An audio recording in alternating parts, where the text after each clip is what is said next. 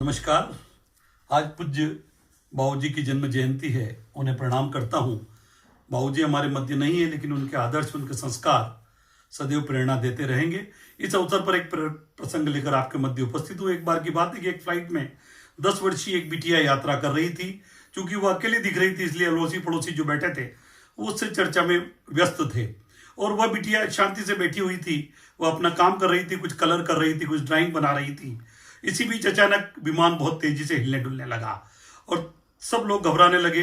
इसी बीच जो अनाउंसर था उसने घोषणा की कि आगे मौसम बहुत खराब है और आप सब अपनी पेटी बांध लीजिए और ध्यान से बैठिए, चिंता न करें। लेकिन फिर भी चूंकि प्लेन बहुत ज्यादा डगमग कर रहा था, हिलडुल रहा था, सभी लोग घबराने लगे। कोई प्रार्थना करने लगा, कोई भगवान का नाम ले रहा था। सब लोग परेशान थे। लेकिन वो बिटिया शांति से बैठे बैठे अपना काम कर रही थी और लगभग 15-20 मिनट तक ये क्रम चलता रहा। सब लोग घबराते रहे। अंततः मौसम ठीक हुआ, प्लेन ने हिलना डुलना बंद किया और उस व्यक्ति ने आकर अनाउंस किया वहां पर कि अब आगे यात्रा ठीक है।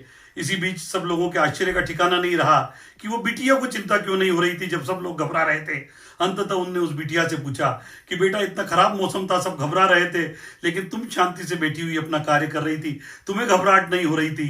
तब उसने कहा, मुझे घबराहट मुझे घबराहट इसलिए नहीं हुई क्योंकि इस प्लेन के पायलट मेरे पिताजी हैं और मुझे पता है कि मेरे पिता मुझे अपने घर तक अवश्य ले जाएंगे। महानुभाव, ये होता है अपने पिता पर विश्वास। और एक पिता का जो आशीर्वाद रहता है वो बच्चों के साथ किस तरह रहता है।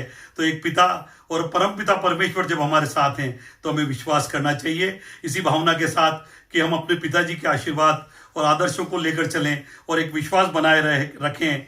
क्योंकि बाबूजी ने मुझे हर मुश्किल में लड़ना सिखाया और हर परिस्थिति में मेरा हौसला बढ़ाया। ऐसे पिताजी को पुनः नमन और सभी को होली की शुभकामनाएं। धन्यवाद। जय हिंद, जय भारत।